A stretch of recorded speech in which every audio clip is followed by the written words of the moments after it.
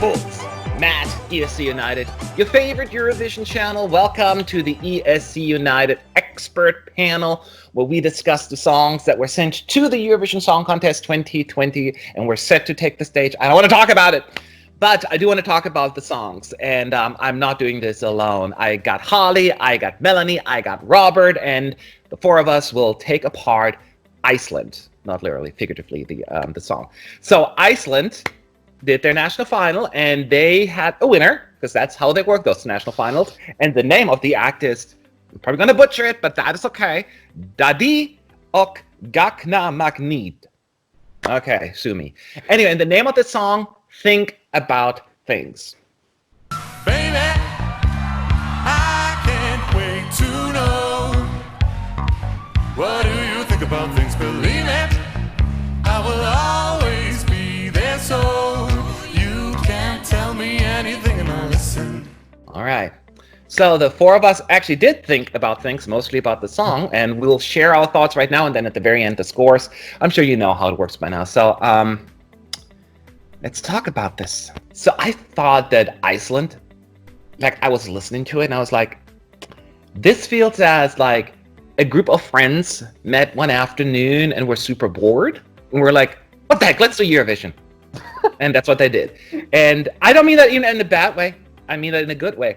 It's strangely amateurish, for the lack of a better word, I guess. But for some reason, it works. It's the charm that I think the song brings. It's that strange vibe that I haven't really seen at Eurovision before. So yeah, I'm definitely intrigued.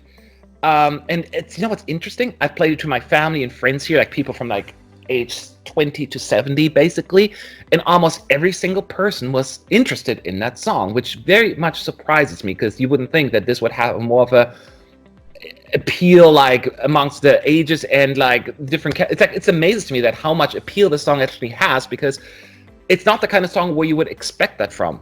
The band, I know they tried to represent Iceland before a few years ago, and they finished second, I think, in Iceland. And I didn't like that song at all. I'm like, what is Iceland doing, right? Are they crazy? This is horrible. And then I come back this year and perfected whatever they were doing. And I'm like, okay, I get it now. I get it.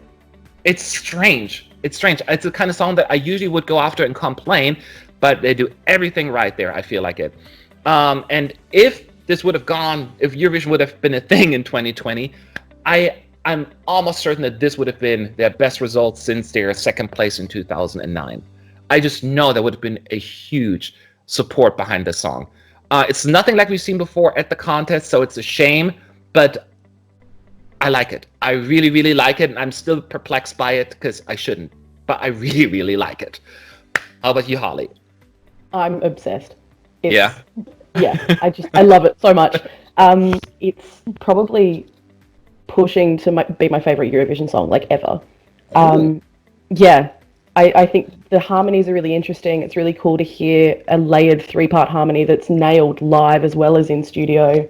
I think the instrumentation's really interesting, that it's got this kind of retro 80s vibe that we sort of saw a little bit from Lake Malawi last year as well, but it still feels really modern and unique. And yeah, like I've been showing it to my friends as well, and everyone seems to love it. Like every year I'll show them, you know, the weirdest entry or the most kind of interesting entry, and the reaction this year has been a lot more positive than it usually is for that. So yeah, like it's become a TikTok meme. Like it's one of the songs that's kind of permeated into pop culture, and I can really understand why that is. It's just cool, it's fun, it's a good vibe.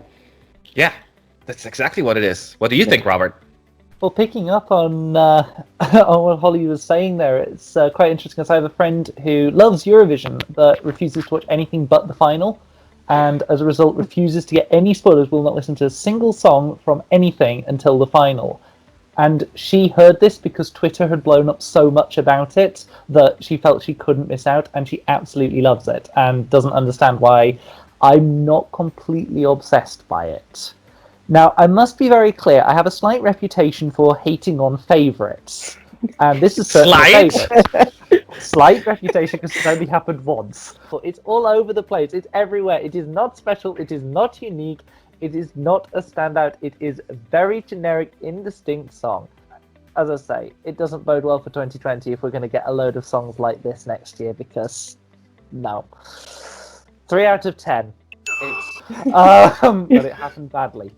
I do not hate this song at all. I like it a lot, but I'm a bit like you, Matt. I don't really know why. I actually found it to be my least favourite in the final from Iceland this year. I enjoyed every other song more than this, and yet I still actually quite enjoy this. It's bizarre. I don't get any of the random bits that make it together, but it works. It does work. I can't argue with that. But the thing is, I'm not massively passionate about it. There's nothing in there that makes me go, oh my god, yes, this has to be the winner. There's nothing in there I hate, and I can at least remember it, unlike other songs that did well at Eurovision last year. But that's the only thing, is I just don't have anything to grab on, to hold on to and say, yes, this is why I love it. There's something about it that really grabs me, that seizes me along, carries me along with other people. I enjoy it, I appreciate it, I think it's a really great one, and it's a shame for Iceland that it's not going to go there and do absolutely brilliantly for them.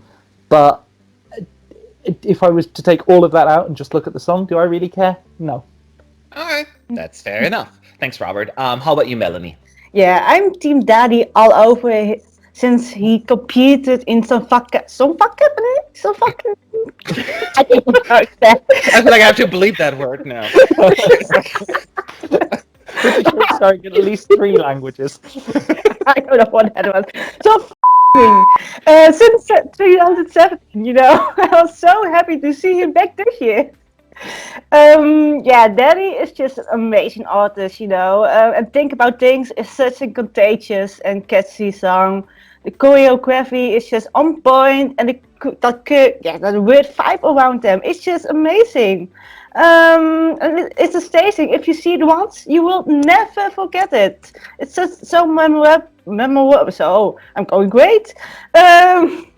No, it's just a great song, as I said. And I'm really sad that it's not going to Eurovision this year, but I really hope to see him next year.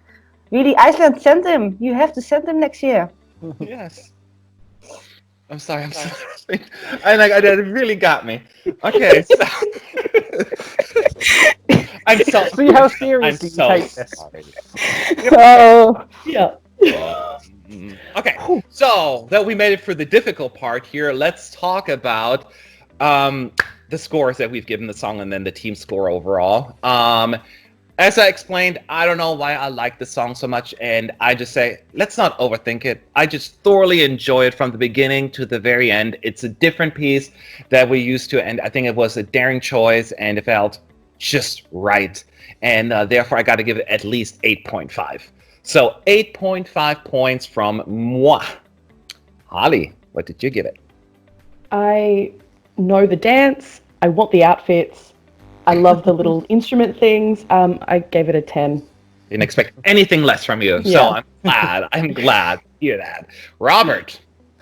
So, yeah, as I say, I cannot fault the song in terms of how they have presented it, how they do it. It's such a delightfully eccentric song, and whilst it does not grab me, I am happy to put that to one side and reward it for what it is, and I give it 7.5, but it is a kind of soulless 7.5.